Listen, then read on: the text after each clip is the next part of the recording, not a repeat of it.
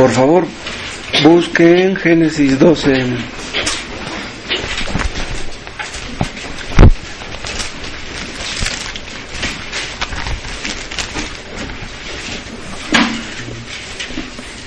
¿No tienes un marcador por aquí?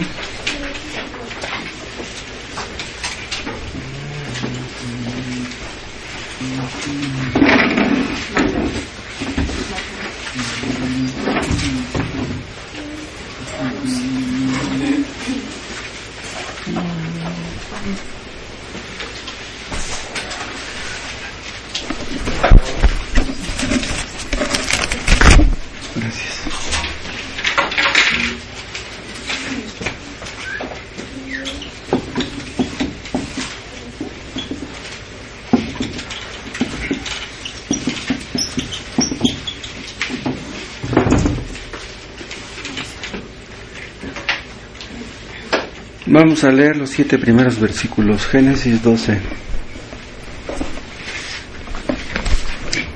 Pero Jehová había dicho a Abraham: vete de tu tierra y de tu parentela y de la casa de tu padre a la tierra que te mostraré. Y haré de ti una nación grande, y te bendeciré, y engrandeceré tu nombre, y serás bendición.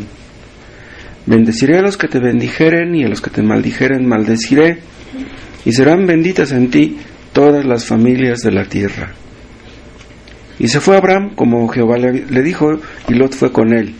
Y era Abraham de edad de 75 años cuando salió de Harán. Tomó pues Abraham a Sarai su mujer, y a Lot, hijo de su hermano, y todos sus bienes que habían ganado, y las personas que habían adquirido en Harán, y salieron para ir a tierra de Canaán, y a tierra de Canaán llegaron. Y pasó Abraham por aquella tierra hasta el lugar de Siquem, hasta el encino de More, y el cananeo estaba entonces en la tierra. Y apareció Jehová a Abraham y le dijo: a tu descendencia daré esta tierra. Y edificó allí un altar a Jehová, quien le había aparecido. Bendito seas, Padre Celestial, te alabamos. Eres un Dios maravilloso, que podamos comprenderlo cada día más, que podamos conocerte y amarte y servirte como tú mereces. Abre nuestros ojos, Padre, nuestros corazones para entender tu palabra, para ponerla por obra, para vivir de una manera agradable a tus ojos, para dar buen testimonio de ti a los que nos rodean. Concédenos ser agradecidos con lo que tú nos das. Gracias porque podemos reunirnos. Háblanos a través de tu palabra. En el nombre de Jesús. Amén.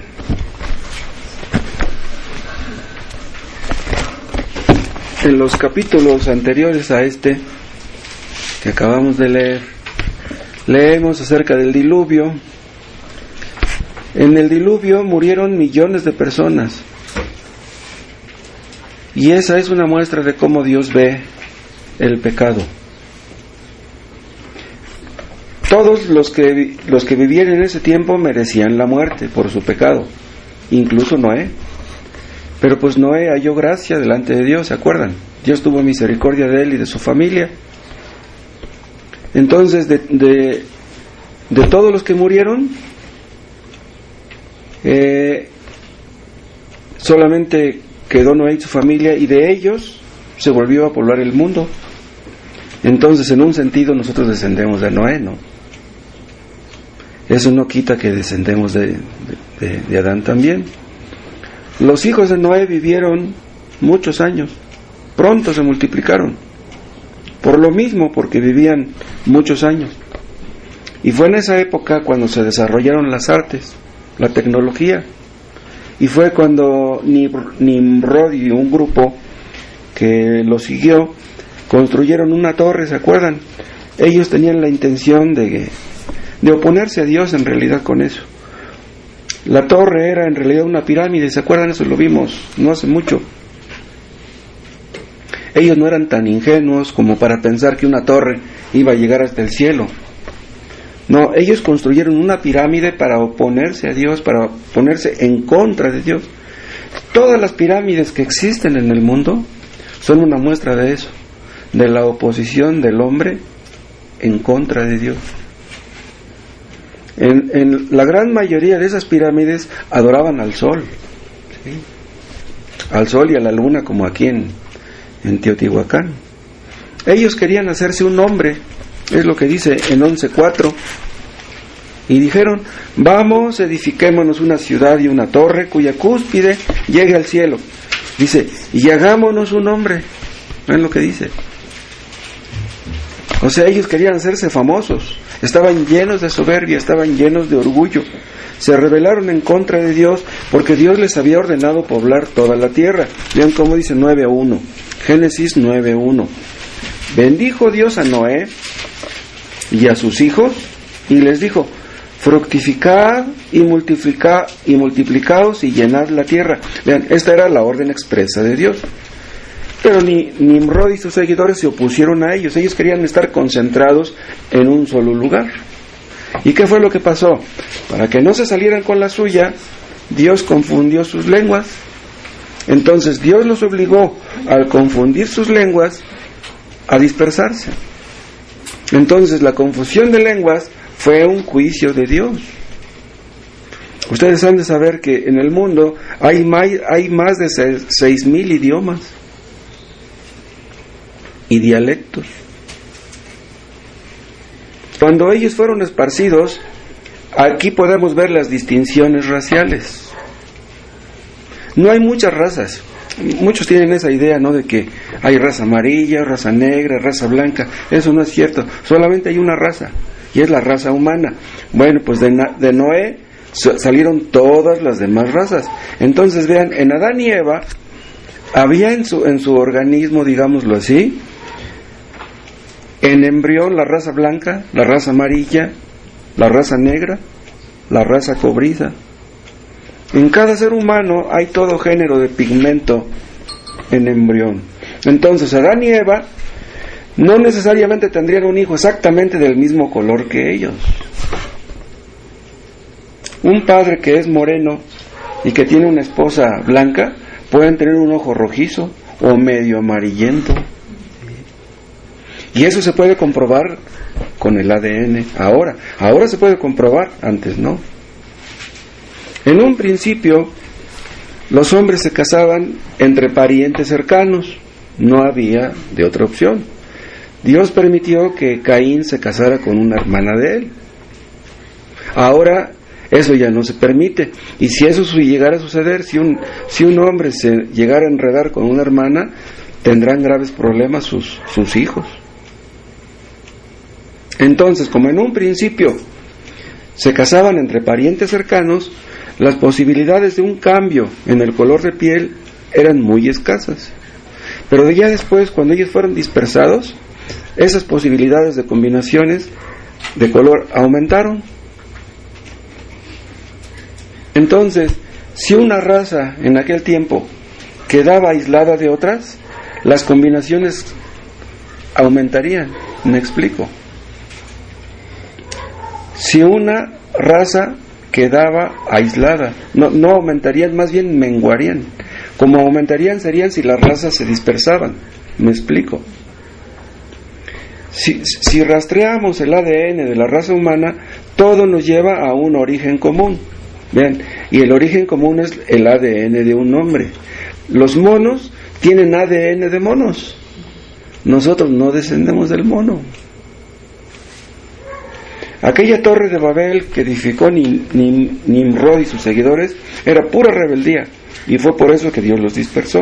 Dios los obligó, no eran esas sus intenciones, pero Dios los obligó para que sus propósitos se cumplieran, los propósitos de Dios. En realidad, las pirámides fueron construidas no para adorar al sol. ¿Saben quién estaba detrás de la adoración del sol? Los demonios. Es lo que está detrás de todos los ídolos. Detrás de cada ídolo están los demonios. O sea, a los demonios les encanta la idolatría. Las personas que caen en la idolatría, para que salgan de ahí, está muy duro. Todos los que estamos aquí, en un sentido o en otro, fuimos idólatras. Y no cabe duda que Dios fue misericordioso con nosotros y por eso salimos de ahí. En el Antiguo Testamento, Si ustedes buscan en una concordancia, ocurre mucho la frase los lugares altos. ¿Saben ustedes qué eran los lugares altos? Eran pirámides. Así les llamaban, los lugares altos. Los aztecas, los mayas, construyeron pirámides para adorar al sol, para adorar a las serpientes. Cuculcán, allá en Yucatán, y Quetzalcóatl, aquí en Teotihuacán.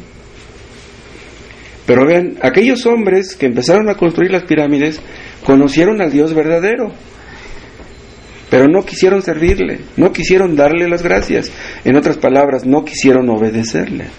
Entonces, como no quisieron obedecerle, Dios los entregó a inmundicias y a pasiones vergonzosas, como ustedes pueden leer, ya han leído en Romanos 1.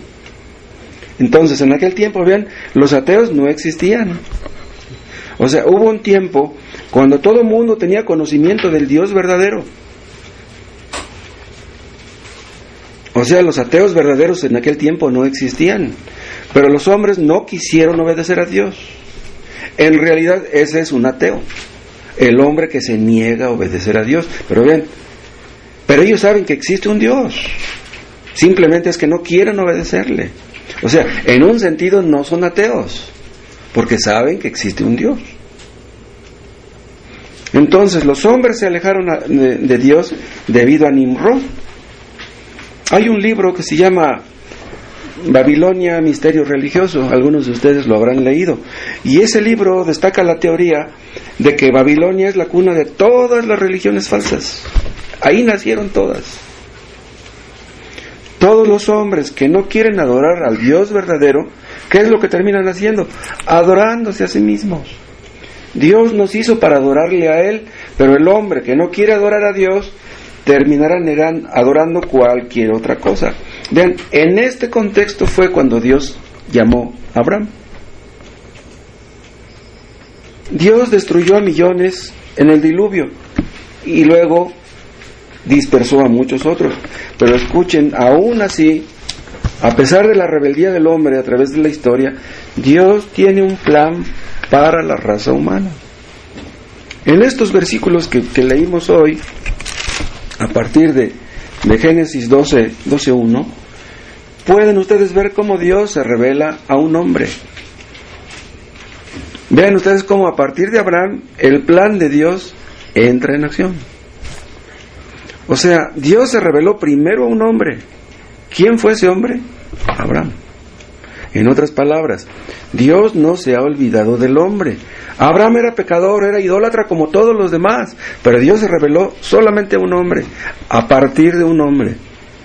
En otras palabras, si Dios no se hubiera revelado a Abraham, Abraham no hubiera conocido al Dios verdadero. Y eso lo podemos aplicar a cualquier creyente. Si Dios no se hubiera revelado a nosotros, nosotros no lo hubiéramos conocido. Es necesario que el Espíritu Santo nos revele a Cristo, quién es Cristo, quién es el Dios verdadero, para que podamos conocerle.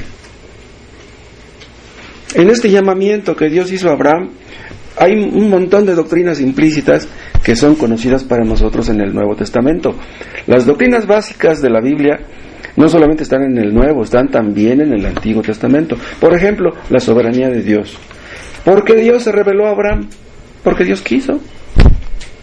¿Por qué creó el mundo? Porque Dios quiso. ¿Por qué Dios se reveló a Abraham y no a otro? Porque Dios quiso. ¿Acaso Abraham no era pecador? Claro que lo era. Todos lo somos. Pero Dios quiso revelarse a Abraham como soberano que es. Vemos también aquí la doctrina de la elección. Dios escogió a Abraham, para que ya vimos los textos, para bendecirle y para que fuera un medio de bendición para el mundo entero. Es lo que dice el versículo 12:2. Y haré de ti una nación grande y te bendeciré y engrandeceré tu nombre, dice, y serás bendición. Serás bendición para el mundo entero. Esa es la promesa que Dios le hizo a Abraham. Pero ¿Abraham era mejor que sus vecinos idólatras? No. Era tan pecador como los demás. Nosotros hemos sido escogidos, los que hemos creído en Dios. ¿Somos escogidos porque somos mejores a los demás? No. Es increíble que haya tal cosa como elección. La elección es una doctrina que vemos en muchas partes de la Biblia. Dios quiere que nos topemos con ella donde quiera que leemos. Otra doctrina que vemos también en este llamamiento de Abraham es el llamamiento eficaz. Dios no solamente llamó de manera externa a Abraham, lo llamó de manera interna. El llamamiento externo, acuérdense, entra por el oído, pero sale por el otro lado. Pero el llamamiento interno, Dios nos llama, el llamamiento penetra, entendemos que Dios nos está llamando a nosotros, vemos nuestro pecado personal, que hemos ofendido a un Dios santo y nos da miedo. Entonces, Dios hizo todo lo necesario para que Abraham obedeciera el llamamiento. Dios le dijo, sal de tu tierra y sal de tu parentela. Imagínense que nosotros fuéramos y le dijéramos a un chino, sal de tu tierra y vete para México con tu parentela y yo ya te voy a mostrar una tierra que te voy a dar. ¿Ustedes creen que el chino iba a dejar su tierra? ¿Cómo la iba a dejar?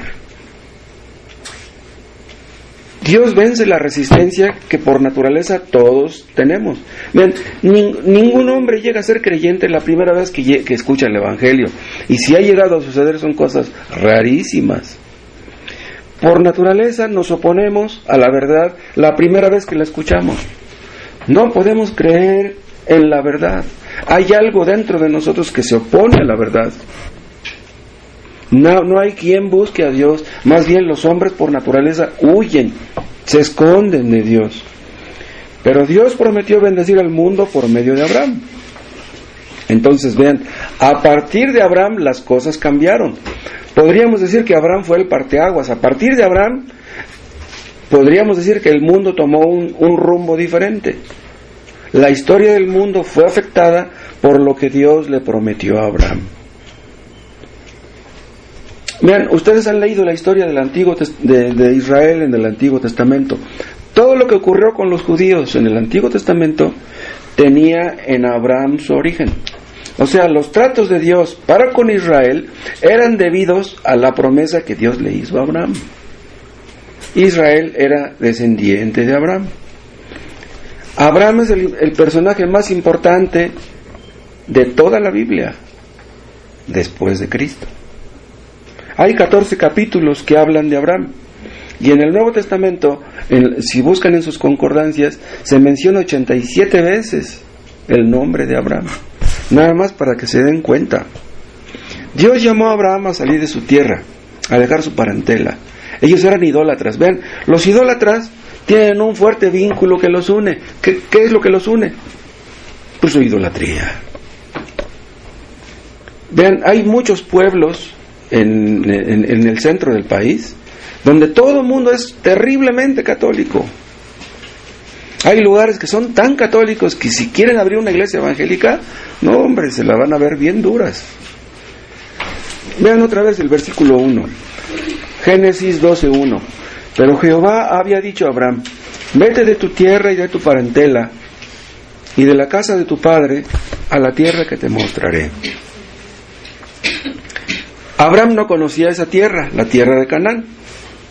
Nunca le habían enseñado una foto de ese lugar.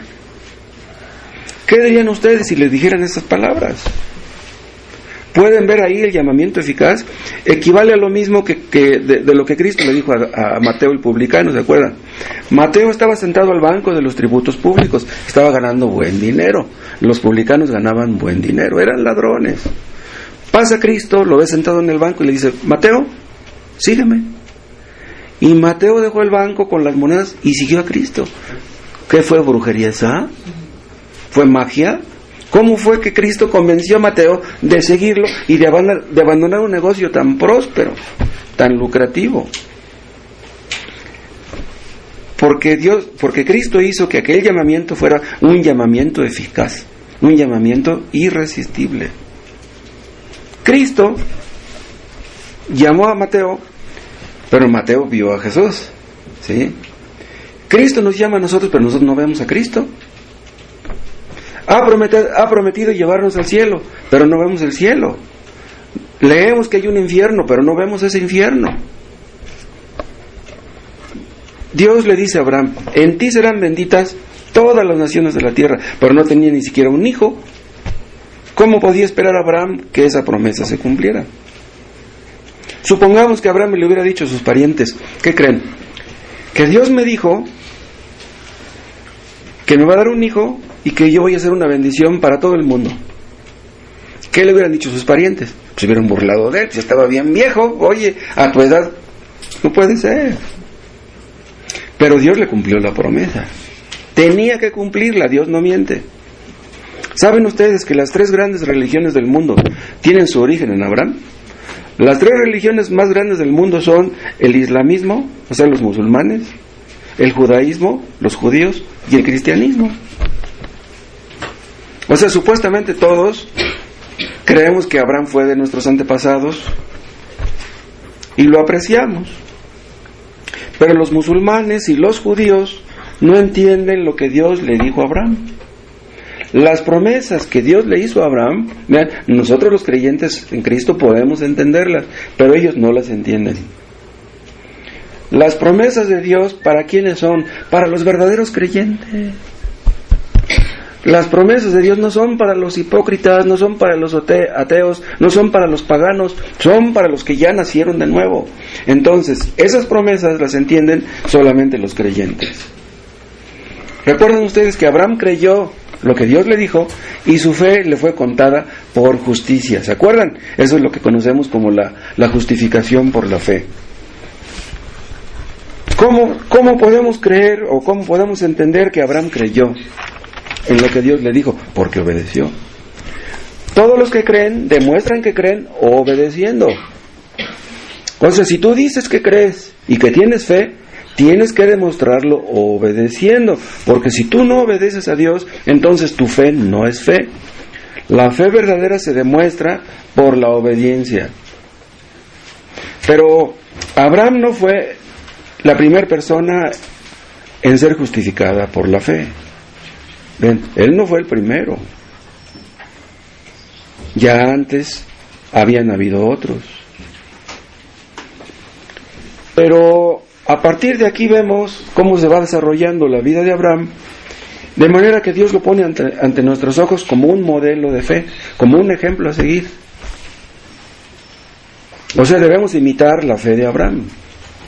Abraham tuvo que enfrentar muchas pruebas, y eso le va a suceder a todos los que deciden seguir a Cristo.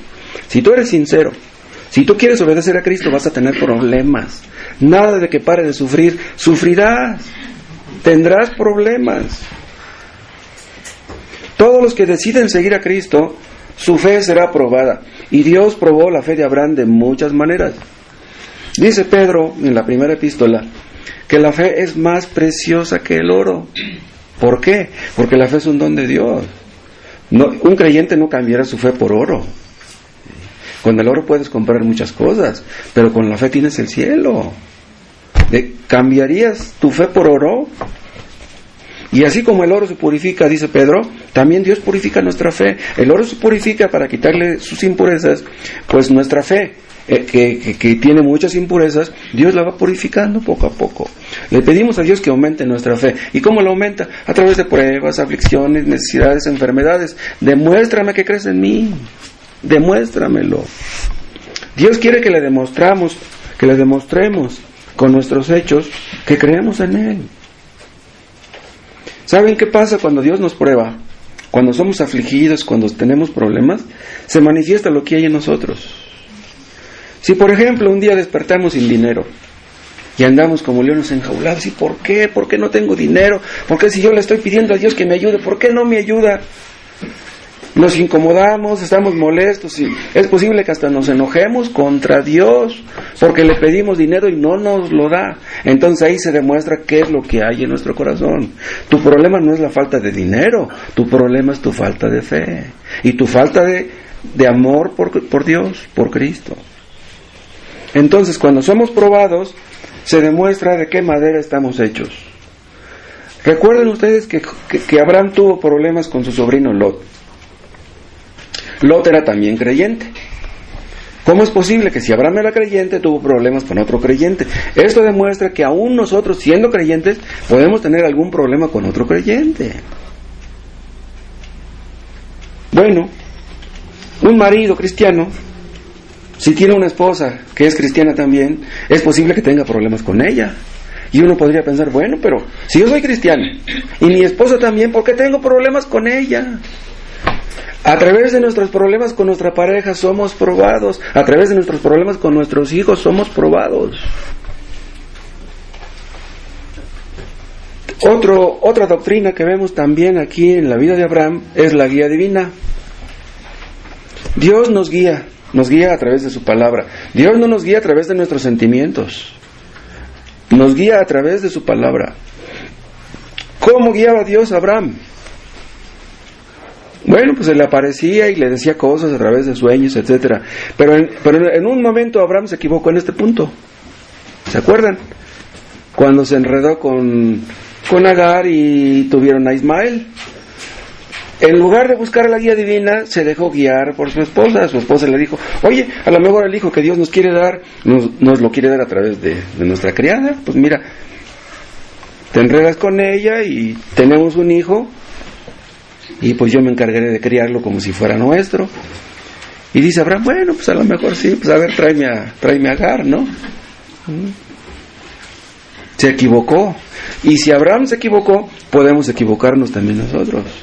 En lugar de guiarnos por la palabra de Dios, podemos guiarnos por nuestros sentimientos o por otras personas que tal vez tengan buenas intenciones, pero que no son sabias. Dios tenía un propósito para Abraham. Dios tiene un propósito para cada creyente en el mundo. Entonces, vean, Dios estaba comprometiéndose al decirle a Abraham que lo iba a bendecir. Se estaba comprometiendo Dios a protegerlo, a sostenerlo, a ayudarlo, a hacer todo lo que fuera necesario para que aquel propósito de Dios se cumpliera. Otra cosa que vemos aquí en el llamamiento de Abraham fue cómo se está estableciendo la religión verdadera. Dios, para entregarle su palabra al mundo, primero se la entregó a un hombre, Abraham. Entonces Dios quería que Abraham fuera el gran ejemplo de la vida cristiana. ¿Saben una cosa? Nuestros hijos, nuestros seres queridos y toda la gente que nos rodea nos está observando. Dice, ese lee la Biblia. ¿De veras era cristiano? Hay personas que dudan que existan los cristianos. Hay personas que tienen la idea de que todos somos hipócritas, que todos somos convenencieros, que estamos en una religión por conveniencia, pero que no somos sinceros, que somos hipócritas. Esa es la opinión que la gente tiene de los cristianos. Entonces tenemos la obligación de demostrarle a la gente que nosotros sí creemos en Dios, que nosotros sí somos obedientes a Dios. O sea, Dios nos llama a ser un ejemplo a todos los que nos rodean. Hay muchas iglesias en donde también predican acerca de la vida de Abraham, pero quieren que les diga una cosa: las iglesias falsas se meten en graves problemas porque no entienden el llamamiento de Abraham ni el pacto que Dios hizo con Abraham. Es lo que pasa con los presbiterianos. Ellos dicen, nosotros somos hijos del pacto. Dios le dijo a Abraham que circuncidara a sus hijos, a sus descendientes. Entonces, nosotros circuncidamos a nuestros hijos y tenemos las bendiciones que Dios le dio a Abraham. Vean, no entienden. Los presbiterianos bautizan a sus hijos, los anglicanos lo siguen haciendo, los luteranos bautizan a los niños, los católicos bautizan a los niños. Todos ellos no entienden el pacto de Dios con Abraham. Los judíos siguen circuncidando a sus hijos, no entienden. Vean ustedes en Juan capítulo 8.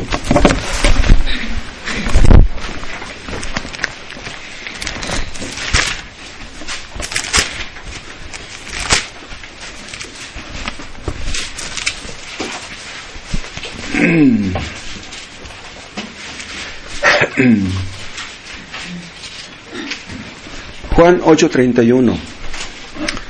Dijo entonces Jesús a los judíos que habían creído en él. Bien, aquí no quiere decir que hayan creído para salvación.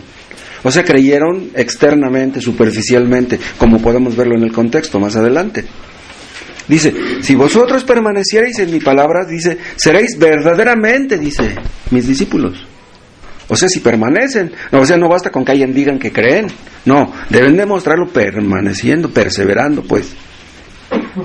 Y dice el 32, y conoceréis la verdad y la verdad os hará libres.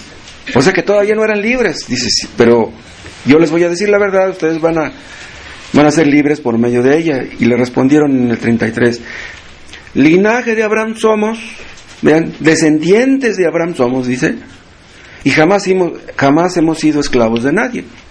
¿Cómo dices tú, seréis libres?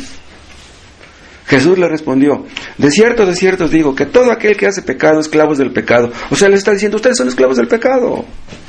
Ustedes no son libres. Es lo que les está diciendo.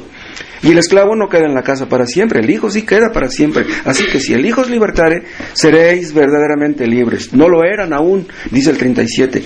Sé que sois descendientes de Abraham, dice, pero procuráis matarme. ¿Quién mató a Cristo? Los descendientes de Abraham.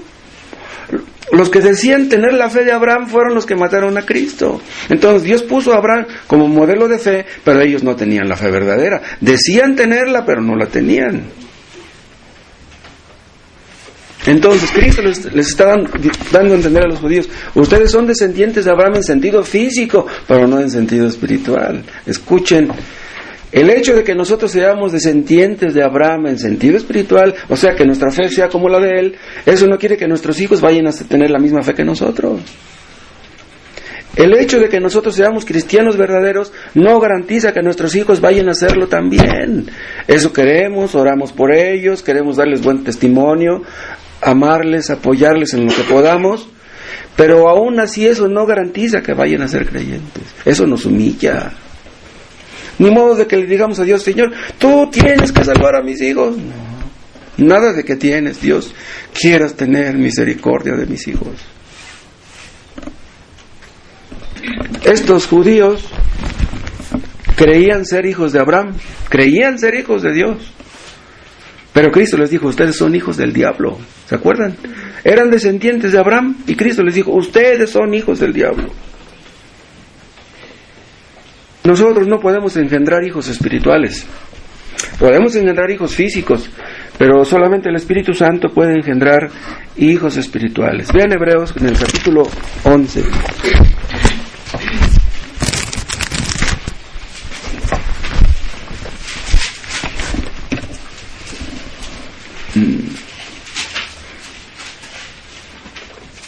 Hebreos 11:8.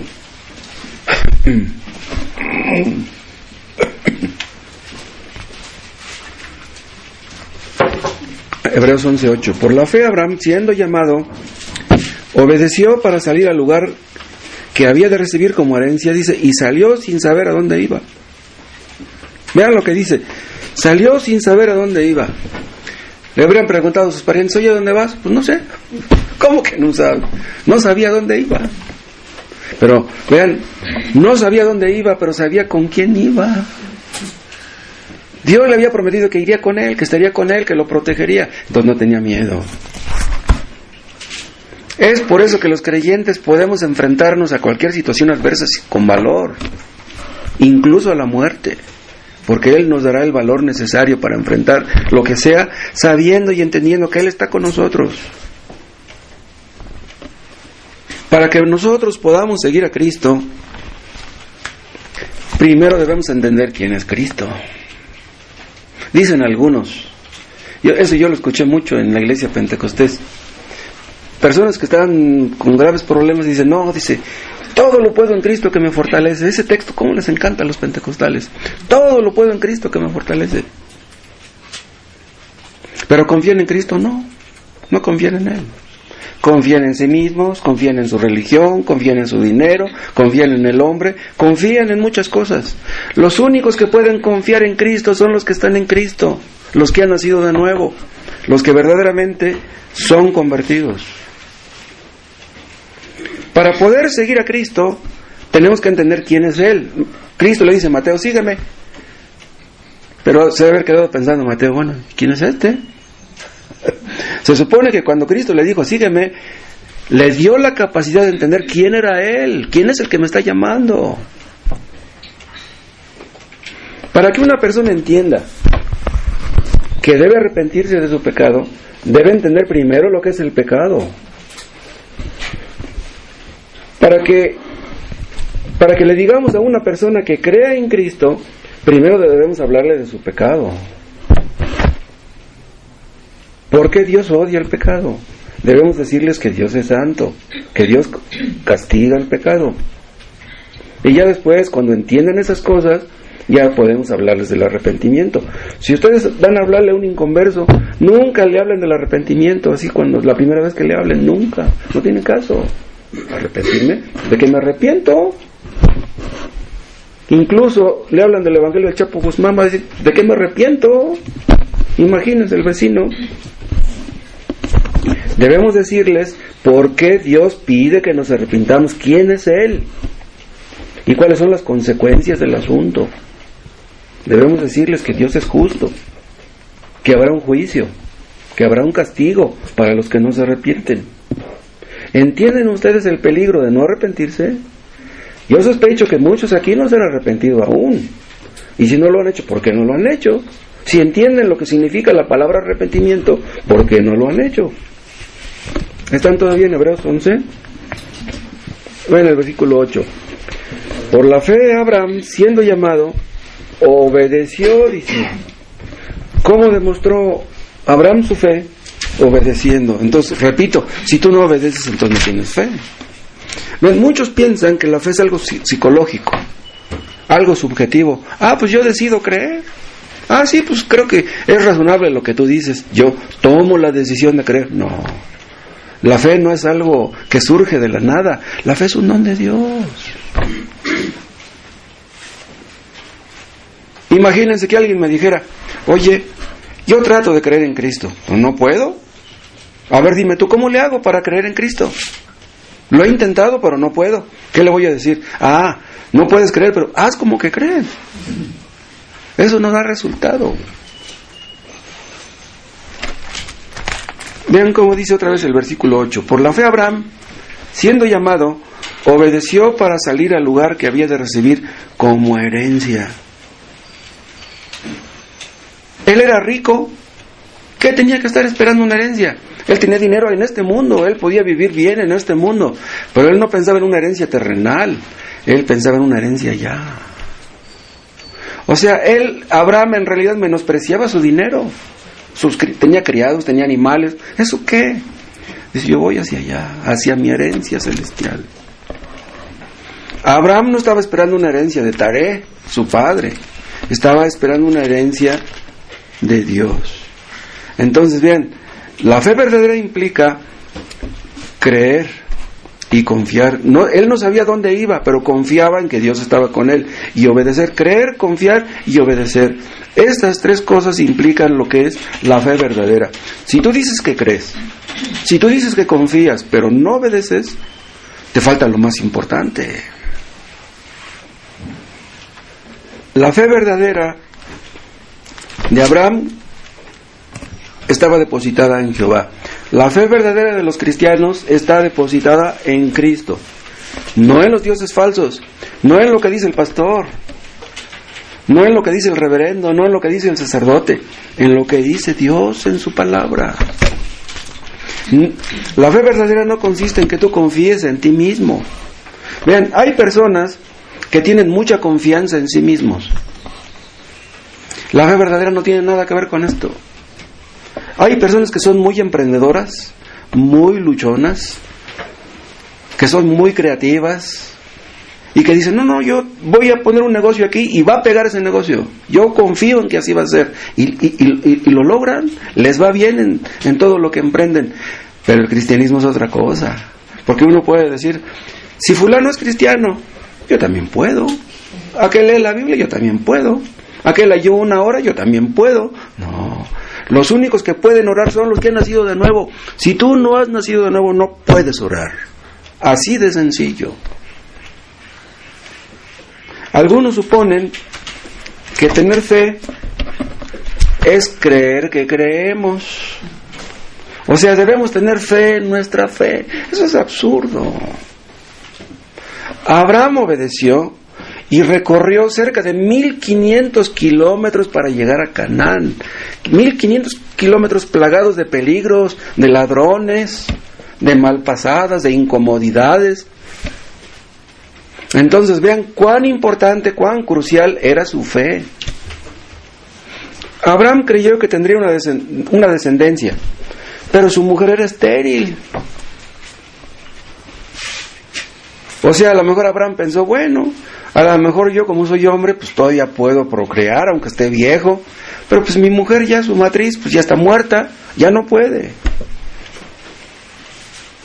Vean ustedes el conflicto entre lo que vemos y entre lo que no vemos. La fe nos convence de que Dios existe aunque no lo vemos, y el cielo y el infierno también aunque no los vemos. Confiamos y creemos en que Dios es justo, que Dios es veraz, que Dios es fiel, que Dios no miente, que Dios es bueno, que Dios es misericordioso y todopoderoso. La fe nos convence de estas cosas. Vean ustedes cómo es que la fe le agrada a Dios. Pero ¿cómo es que a Dios le agrada nuestra fe? La fe es algo que Él produce en nosotros. Vean, a Dios le gusta lo que Él produce en nosotros. ¿Están en Hebreos todavía? Hebreos 11. Vean lo que dice el versículo 6. Pero sin fe es imposible agradar a Dios. Vean, es imposible. Si tú no tienes esa clase de fe salvadora, tú no puedes agradar a Dios. Ven, esos hombres que van a parar de sufrir. Algunos dan 1,000 pesos a la semana de diezmo. 1,000 pesos es un buen dinerito, imagínense cuánto es al año. A Dios le gusta que los pare de sufrir. ¿Ven su diezmo? ¿Les gusta? No. Esos hombres cuando dan 1,000 pesos de diezmo están ofendiendo a Dios, pero ellos creen que están haciendo una buena obra. Pobres. No pueden agradar a Dios porque no tienen fe en el Dios verdadero, tienen fe en una religión falsa. Ahora vean, sigan leyendo. Porque es necesario que el que se acerca a Dios crea que le hay, crea que existe. ¿Cómo te vas a acercar a Dios si tú no crees que exista? ¿Cómo se acercó Abraham a Canaán? No estaba seguro que existiera aquel lugar. Dice, y que es galardonador de los que le buscan. Esta palabra galardonador es lo mismo que recompensador.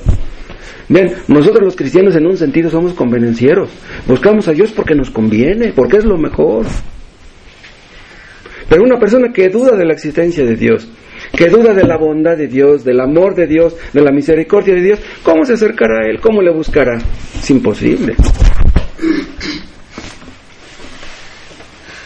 Un inconverso, haga lo que haga, no puede agradar a Dios, no puede. Vean Santiago, capítulo 2.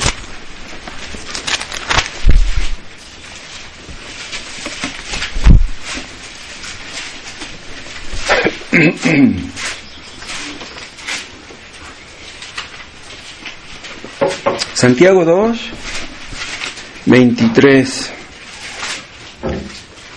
Y se cumplió la escritura que dice, Abraham creyó a Dios y le fue contado por justicia. Aquí está la justificación por la fe. Pero vean lo que dice después. Y fue llamado amigo de Dios. ¿Qué quiere decir la palabra amigo? La palabra amigo significa alguien a quien amamos. Entonces, ¿cómo fue que Dios amó a Abraham? ¿Por qué lo amó? Porque creyó en él. Porque creyó que Dios puede hacer cosas imposibles. Vean, esto quiere decir que cuando nosotros creemos en Cristo, Dios es nuestro amigo. Dios nos ama. Cuando creemos en Cristo nos constituimos en amigos de Dios. ¿Qué quiere decir esto? Que los que no creen en Cristo son enemigos de Dios. ¡Wow! No hay más que dos opciones. O somos amigos de Dios o somos enemigos por no creer en Él. Si tú no crees en Él, no confías en Él y no le obedeces, eres enemigo de Dios. El que no está conmigo está contra mí, dijo Él mismo. Dios es el mejor amigo, pero Dios es el peor enemigo. Ay de nosotros si Él está en contra nuestra. Una vez vi un mototaxi allá en Ciudad Neza, que tenía un letrero atrás que decía: si Dios es por mí, ¿quién contra mí? Así decía.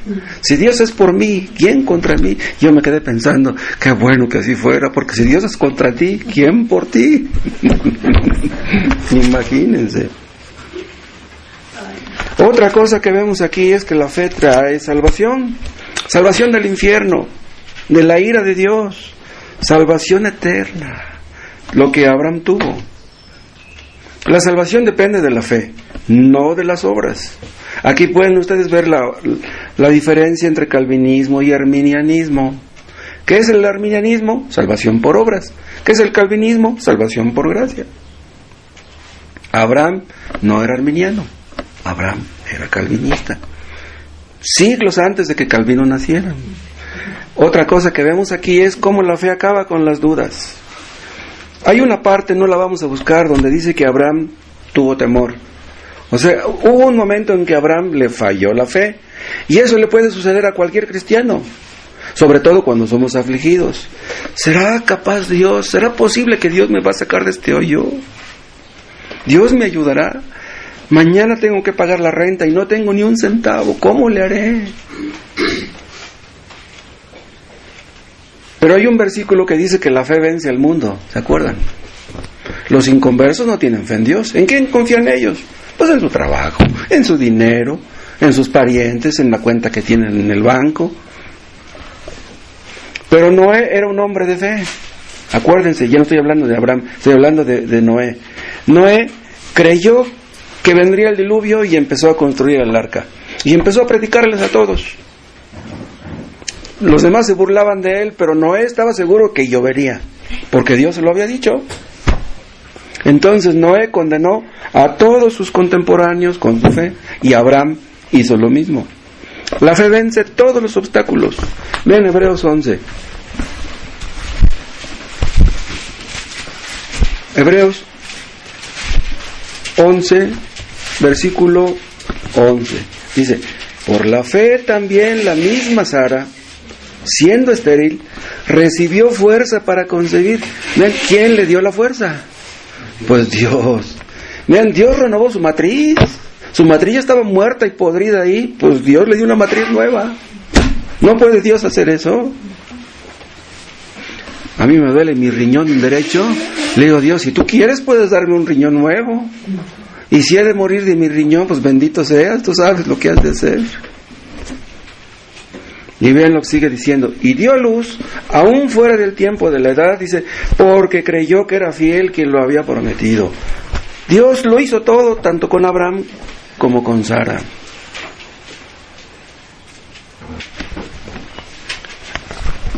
Daniel fue arrojado al foso de los leones, ¿se acuerdan? Le habían dicho, si te niegas a adorar la imagen, te vamos a echar a los leones. Y Daniel dice: hagan lo que gusten. Pero vean, Daniel tapó la boca de los leones hambrientos por la fe. Vean ustedes lo que la fe puede hacer. Por la fe los judíos cruzaron el Mar Rojo. Era imposible, se espantaron cuando vieron el polvo de los caballos que venían allá, que venían a matarlos. Por la fe Sansón, ¿cuántas cosas hizo? Cosas tremendas que hizo Sansón. Hay algunos que dicen: no es posible que con una quijada de asno Sansón haya matado a 500 filisteos. ¿Pero cómo es posible eso? Sansón necesitaba de la quijada de un asno para matarlos. Pudo haberlos matado con sus manos, pero ¿por qué usó una quijada? La fe de Sansón no estaba en la quijada, no, estaba en Dios. Hay un versículo en un salmo donde el rey David dice: contigo desbarataré ejércitos y con mi Dios asaltaré muros. Los cristianos podemos hacer cosas increíbles si Dios está con nosotros. ¿Qué cosa es la fe? Vean, la fe es como un telescopio. La fe nos hace ver allá a lo lejos. Lo que los demás no ven, nosotros lo vemos por la fe. Vean 11:13. Hebreos 11:13. Conforme a la fe murieron todos estos, de todos los que está mencionando antes, sin haber recibido lo prometido, sino mirándolo de lejos, dice. Vean, Abraham, Isaac y David y Daniel y todos ellos miraban a lo lejos, dice, y creyéndolo y saludándolo. Y vean, esto puede traducirse como abrazándolo y confesando que eran extranjeros y peregrinos sobre la tierra. De estos era Abraham. La fe nos hace ver lo que los inconversos no pueden ver. Vean, Dios les prometió a los patriarcas muchas cosas que recibieron aquí, pero muchas otras que no las recibieron. Por ejemplo, Abraham sabía que vendría al mundo el sustituto de los pecadores cuando Dios le dijo, no lo mates a su hijo. Dice, mira, aquí está el sustituto. Entonces tomó el carnero, lo puso en el altar y lo sacrificó. Entonces le cayó el 20 a Abraham. Dice, ahora entiendo. Un día va a venir el Mesías que morirá en lugar de los pecadores. Abraham vio el día de Cristo y se gozó.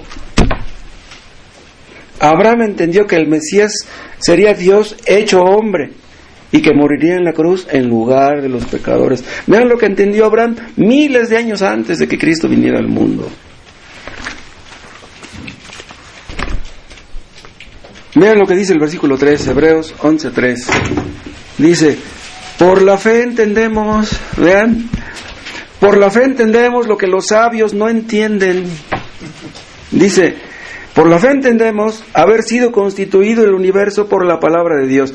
¿Quién no estaba ahí cuando Dios hacía el mundo? Nadie. Pero por la fe es como si nosotros estuviéramos viéndolo. La fe nos conduce a prepararnos para lo que vendrá. Entendemos que van a suceder cosas terribles en este mundo. Vean, las personas que no creen que habrá un juicio, que Cristo vendrá y que habrá un castigo eterno para todos los que no se arrepientan, corren el riesgo de morir sin arrepentirse.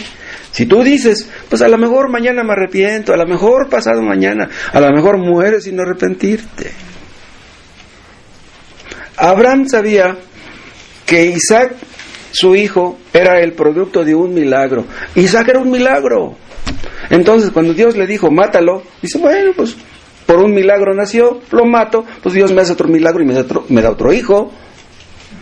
Vean, cuando entendemos que Dios nos ha dado grandes cosas, cuando entendemos que Dios ha hecho grandes milagros con nosotros, pensamos, Dios puede hacer lo que quiera. ¿Por qué tengo yo que espantarme? Que tengo problemas, que mañana, que pasado. ¿Qué me importa mi futuro? Estoy en las manos de un Dios todopoderoso. Dios nos ha sacado de muchos hoyos. Y si quiere puede sacarnos de todos si Él quisiera. Dios nos ha librado de peligros, de muchísimos peligros, porque Él todo lo puede. Entonces, no debiéramos ahogarnos en un vaso de agua. Y por fin, vean, Abraham llegó a la tierra de Canaán, la tierra que Dios le dijo que le mostraría y que le daría por heredad. Pero él no pensaba que esa era su herencia, no, él pensaba en la Canaán celestial. ¿Se acuerdan cuando se peleó, cuando hubo una discusión entre Abraham y Lot por la tierra? Dice, pues escoge tú lo que te guste. Si escoges la tierra, la llanura, yo me voy al monte. Si tú escoges el monte, yo me quedo aquí en la llanura. Abraham le dio a Lot a escoger. ¿Pero por qué? Porque Abraham no tenía sus ojos en la herencia aquí abajo. Él pensaba ya. Los cristianos no tenemos que estar discutiendo con la gente. ¿Qué discutir por la herencia? ¿Qué discutir por lo que nos toca? ¿Qué lo que nos pertenece? No. Dios nos dará lo que tenga que darnos sin que nosotros peleemos por nuestros derechos. Sara recibió fuerzas para concebir. Las fuerzas que recibió fueron del Espíritu Santo. Lo que pasó con la Virgen María. ¿Quién hizo que la Virgen María quedara embarazada? Pues Dios. No fue José. Cuando Dios nos llama, nos pasa algo parecido a lo que le pasó a Abraham. Vean, estábamos en nuestro Ur, rodeados de caldeos, rodeados de paganos. Pero de repente Dios nos llamó y todo cambió. Vimos a nuestra familia de otra manera. El que está en Cristo, nueva criatura es. Los que somos salvos, vemos a todos los que nos rodean de otra manera. A nuestros hijos, a nuestros parientes, a nuestros vecinos. Nos da tristeza que la gente se pierda sin Cristo. Ya no podemos ver a los demás con indiferencia ni con frialdad. Entonces vean, cuando nos duele la condición de los que nos rodean, es cuando podemos ser una bendición para esas personas. Es cuando clamamos y le pedimos a Dios que los salve. Y cuando Dios puede hacerlo. Si no queremos que los que nos rodean sean salvos, no van a ser salvos. No vamos a decir como los hipercalvinistas, no, pues si Dios quiere salvarlos, que los salve. No, nosotros debemos querer la salvación de ellos. Y es entonces cuando nuestra vida, escuchen, se convierte en un don precioso. Es maravilloso ser cristiano, es lo más maravilloso que existe. Antes de ser convertidos, ¿cómo estábamos? Como el hijo pródigo, cuidando los puercos. Pero cuando llegamos a creer en Cristo, todo cambia, todo cambia. Antes éramos enemigos de Dios, blasfemábamos su nombre. El domingo no nos importaba, la ley de Dios ni en cuenta. Éramos enemigos de Dios, pero llegamos a creer en Cristo y Dios nos hizo sus amigos. Entonces, a partir de creer en Cristo, tenemos una relación con Dios que antes nunca tuvimos. Y después de eso, nuestra fe va creciendo poco a poco. Nuestro entendimiento, nuestro conocimiento va creciendo poco a poco. Antes, cuando éramos inconversos, creíamos que éramos pequeños soberanos, como cree Chuy Olivares. Pero entendemos, no, el soberano es Él. Entonces, ya a partir de aquí, ya no vivimos como queremos. Ya no hacemos lo que nos plazca. Señor, lo que tú digas. ¿Qué quieres que haga? Cuando entendemos que somos salvos por la misericordia de Dios, por la gracia de Dios, nos preguntamos, Señor, ¿pero por qué a mí? ¿Por qué me salvaste a mí? ¿Qué viste en mí para escogerme?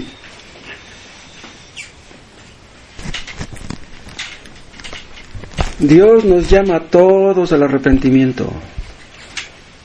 Dios nos llama a todos a salir de Ur, de los caldeos, de los ídolos.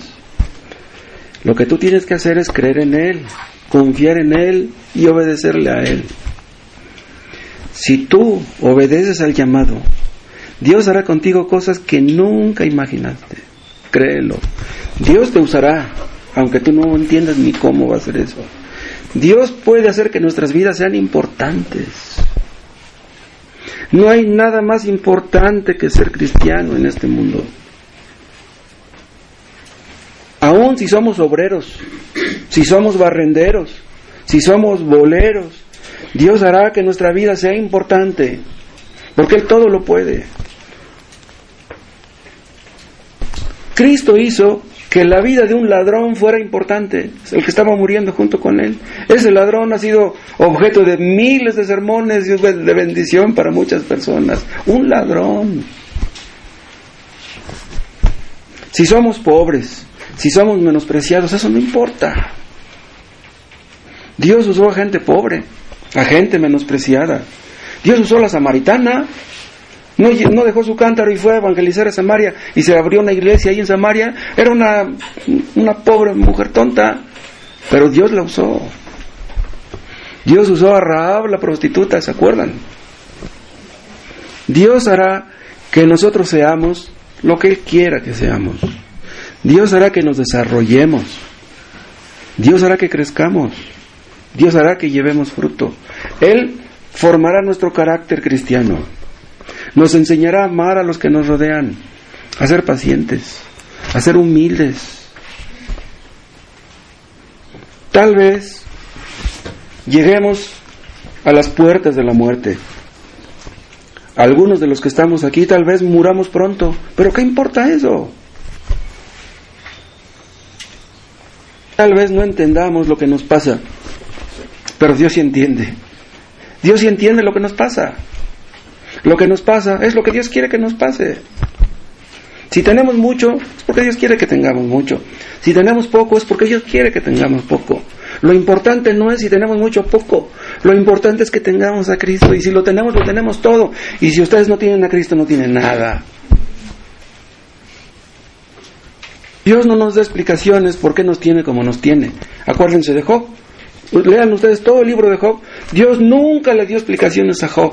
Dios no tiene por qué darnos explicaciones. Pero ahora que Job está en el cielo, él entiende por qué Dios le quitó 10 hijos. Vean, Dios oraba por sus 10 hijos y se murieron en un accidente. Y luego Dios le dio otros 10 hijos. A lo mejor los 20 fueron salvos. Imagínense qué maravilloso que tuviéramos 20 hijos y que todos fueran salvos. Y Dios hace cosas grandes y maravillosas a través de los creyentes, no por lo que nosotros somos, sino por lo que Él es. Si tenemos un talento o tenemos 5, no importa. Debemos servir a Dios con los talentos que Dios nos ha dado. Dios nos ha llamado para que seamos bendición, para que seamos bendecidos y para que seamos bendición. Ya saben ustedes que el hermano Tomás Montgomery, antes de ser convertido, tocó la batería en un club nocturno. ¿Sabían ustedes eso? Tocaba la batería con su pelo largo, ahí está. Y véanlo ahora, siendo una bendición para muchos mexicanos. Juan Bunyan, ¿saben qué era antes de ser convertido? Era un herrero, ahí estaba, dándole con el martillo. Era herrero. ¿Y cuántos libros escribió? No debemos dejar de orar por los que nos rodean. No dejen de orar por sus seres queridos. Y si Dios te llama, no endurezcas tu corazón. Si Dios te dice que te arrepientes, arrepiéntete. Deja tu pecado ahora y no lo esperes para mañana. Te está llamando Dios a salir de tu Ur y no quieres salir. Dios te llama a una tierra que tú no conoces, una tierra que ni te imaginas, donde las calles son de oro. Tus pies, si crees en Cristo, pisarán aquel oro. Ese oro que tanto vale ahora, si lo traes colgando aquí ahora, allá lo estarás pisando, menospreciándolo. ¿Qué es el oro? Cristo es más precioso que todo el oro del mundo.